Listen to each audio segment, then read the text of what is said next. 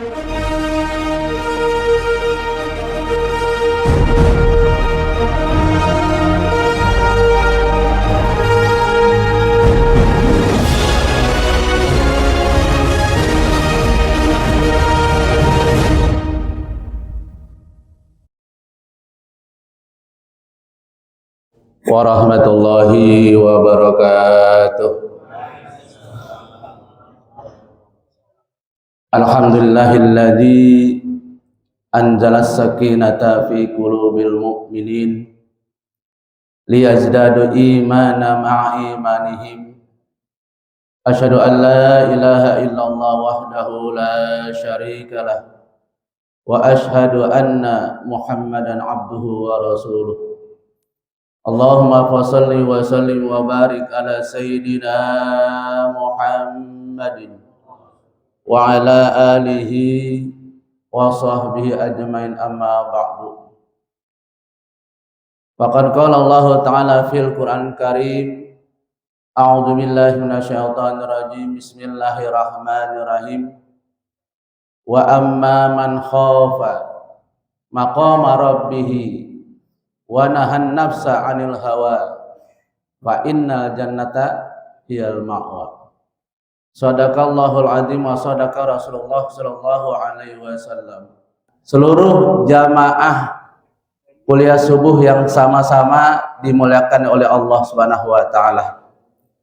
Puji syukur kita panjatkan kehadirat Allah Subhanahu wa taala yang begitu banyak mencurahkan rahmat dan nikmatnya kepada kita semua, sehingga dengan rahmat dan nikmat Allah tersebut, alhamdulillah, di pagi yang sangat sejuk ini kita dapat berkumpul bersama-sama di masjid yang mulia ini dalam rangka kita mencari ridho Allah.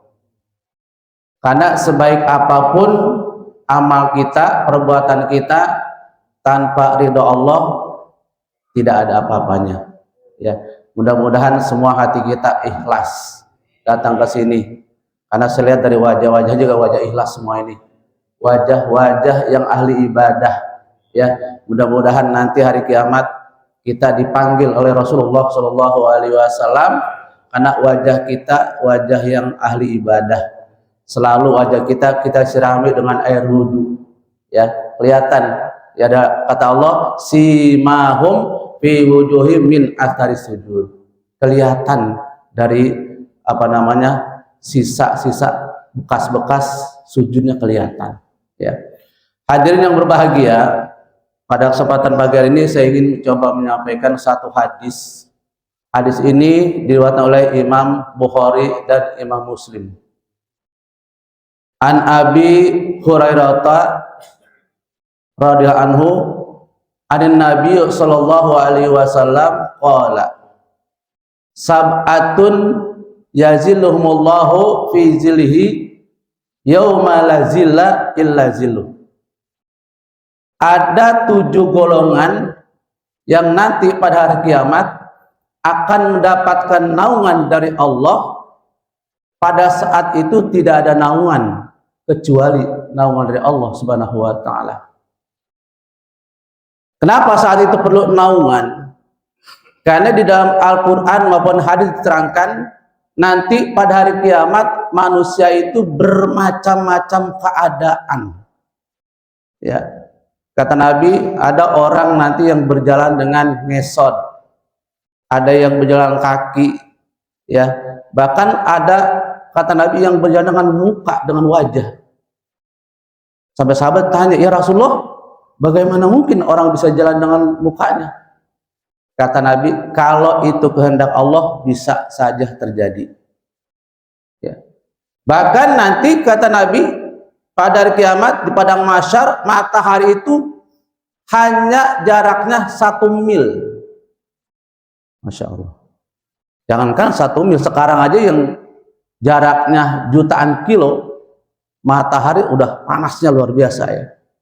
Apalagi di Arab yang sampai 42 derajat, panasnya luar biasa.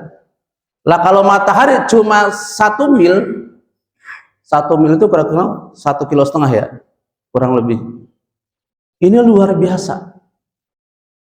Dan Nabi menjelaskan bahwa nanti peringkat manusia ada yang sampai 1 mata kaki, ada yang sedengkul, ada yang sepinggang, ada yang sedada. Masya Allah. Dan di situ manusia dalam keadaan genting, ketakutan. Tidak ada yang bisa memberikan pertolongan. Siapa yang memberikan pertolongan? Ya kalau sekarang kita kalau butuh pertolongan bisa minta bantuan sama saudara, sama tetangga, sama siapa saja ya. Tapi pada saat itu tidak ada pertolongan. Gak ada yang bisa memberikan pertolongan. Kecuali tadi satu, Nabi kita Muhammad Shallallahu Alaihi Wasallam. Lalu siapa yang akan mendapatkan naungan nanti pada hari kiamat? Yang pertama, imamun adilun. Imam yang adil. Imam yang dapat menjalankan amanah dengan sebaik-baiknya. Imam yang berpihak kepada rakyatnya. Tidak mementingkan keluarganya, kelompoknya, golongannya, partainya, dan tidak aji mumpung, memperkaya diri. Nauzubillah. Ya, ini akhir-akhir ini kita mendengar berita ya disuruh ngurusin MBG, memperkaya diri. Ya, dibalas lagi. Jampinsus dibongkar rumahnya, Masya Allah, emas 74 kilo. Itu duitnya kalau di harga sekarang segram 2,6 juta ya, kali 74 kilo. Masalah jibun gitu ya, belum dolarnya. Masya Allah. Na'udzubillah. Ini makanya berat sebagai pemimpin, karena setiap pemimpin nanti akan diminta pertanggungjawabannya ya. Kullukum ra'in wa ra'in an ra'iyah. Setiap kita ada pemimpin, dan setiap pemimpin nanti diminta pertanggungjawabannya di hadapan Allah Subhanahu wa taala. Khalifah Umar bin Abdul Aziz ketika dia diangkat menjadi khalifah, itu yang diucapkan bukan alhamdulillah, tetapi diucapkan innalillahi wa inna ilaihi rajiun. Dan dia menangis sejadi-jadinya, nangis tersengguk-sengguk, sampai pulang ke rumahnya dia masih menangis. Sampai ditanya sama istrinya, ayah, ini kalau bahasa kita ya, kenapa ayah menangis sampai tersengguk-sengguk? Ayah diangkat menjadi khalifah. Ayah takut tidak bisa menjalankan amanah. Ayah takut tidak bisa mensejahterakan rakyat. Takut sekali. Ini pemimpin zaman dulu. Ya. Begitu juga Khalifah Sayyidina Umar bin Khattab. Ini ketika menjadi khalifah, dia pun takut tidak dapat mensejahterakan rakyatnya. Makanya Khalifah Umar bin Khattab setiap malam dia belusukan. Ya kalau sekarang belusukan dia. Belusukan ke kampung-kampung, ke pinggir-pinggir kampung di daerah Madinah. Ya. Jadi malam-malam orang sedang tidur, dia berjalan keliling bersama dengan asistennya yang bernama Aslam.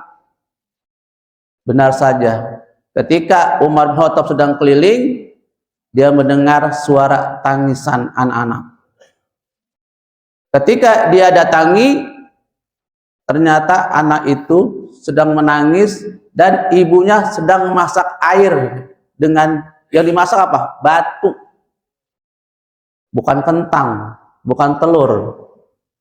Maka Sayyidina Umar datengin, ibu kenapa masak air atau masak batu? Kata ibu itu, saya nggak punya apa-apa, nggak punya bahan makanan. Maka Sayyidina Umar meneteskan air mata dan dia langsung ke Baitul Mal, ngambil bahan makanan, ngambil gandum, dan dia panggul sendiri. Dan ketika itu asisnya Aslam mengatakan, wahai Amir Mukminin, biarkan saya yang bawa, biarkan saya yang manggul. Kata Umar bin Khattab, kamu mau menanggung dosa saya? Maka Aslam terdiam dan dia hanya mengikuti, membawa bahan makan itu sampai rumah ibu tersebut, dan langsung yang masak Umar bin Khattab. Setelah matang, dikasihkan kepada anak itu dan kepada ibunya, dan dimakan, dan anak itu tertawa bergembira. Dan ibu itu berterima kasih, terima kasih, engkau adalah orang yang paling baik, lebih baik daripada Umar bin Khattab. Rupanya ibu itu nggak tahu kalau itu adalah Umar bin Khattab. Ya sudah ibu, nggak usah bicara yang macam-macam. Kalau sana ibu kurang, besok datang ke Baitul Mal. Ya. Besoknya datanglah ibu itu ke Baitul Mal. Ternyata yang dia temui orang yang semalam masih bahan makanan. Dan itu mohon maaf, ini. Oh ya nggak apa-apa, sudah dibagikanlah bahan makan tersebut. Nah ini ciri pemimpin yang memperhatikan rakyatnya. Ya, kata Nabi atau dalam Al-Quran dikatakan, orang yang memperhatikan pemimpin yang memperhatikan rakyatnya, nanti tempatnya adalah di mimbar yang bercahaya. Dan sebaliknya, pemimpin yang membohongi rakyatnya, kata Nabi, jauh daripada surganya Allah Subhanahu wa taala. Nauzubillah. Karena itu kita juga memimpin semua ini ya. Di rumah kita sebagai pemimpin, ya, memimpin istri, memimpin anak, ya. Seperti tadi kata Ustaz Herzaki, sudahkah kita mengajarkan anak istri kita untuk sholat, untuk ibadah kepada Allah Subhanahu wa taala? Yang mudah-mudahan kita termasuk pemimpin yang adil. Amin. Yang kedua adalah wasyabun nasya'a fil ibadatillah. Yang kedua, orang yang mendapat naungan dari Allah nanti adalah seorang pemuda yang semenjak perkembangannya, pertumbuhannya, dia selalu beribadah kepada Allah Subhanahu wa taala. Kenapa pemuda ini akan mendapat naungan Allah? Kan biasanya masa muda ini masa bergojolak ya. Masa-masa pemuda ingin mencari jati dirinya. Ya. Apalagi zaman sekarang ya, anak-anak muda senangnya apa? Nongkrong di kafe, ya kan? Nongkrong di warung kopi, ya. Apalagi zaman gadget, wah, main HP terus ya. Nah, pemuda yang mendapatkan Allah Subhanahu wa taala ini adalah memang sejak kecilnya, sejak mudanya dia selalu menjauhi segala perbuatan-perbuatan maksiat. Ya, mudah-mudahan juga banyak pemuda-pemuda kita ya, terutama apabila orang tuanya ini ya selalu memperhatikan. Ada kan anak kenapa bisa nongkrong, orang tuanya kurang perhatian. Anak pergi kemana nggak ditanya, ya pergi sama siapa juga nggak ditanya.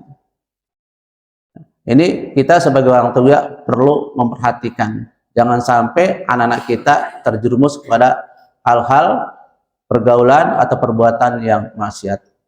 Auzubillah. Ya. Kemudian yang ketiga adalah dua orang yang bersahabat ini karena Allah. Dia bertemu karena Allah dan juga berpisah karena Allah. Ya. Dalam hadis Nabi dikatakan bahwa Allah mempunyai hambanya yang sangat dia bukan golongan nabi, bukan golongan syuhada, tapi dia sangat dicintai oleh nabi dan juga dicintai oleh para syuhada. Kemudian ada sahabat orang Badui bertanya, "Ya Rasulullah, tadi engkau bilang ada hamba Allah yang dicintai oleh para nabi dan juga dicintai oleh para syuhada. Bagaimana sifat-sifat orang tersebut, ya Rasulullah?"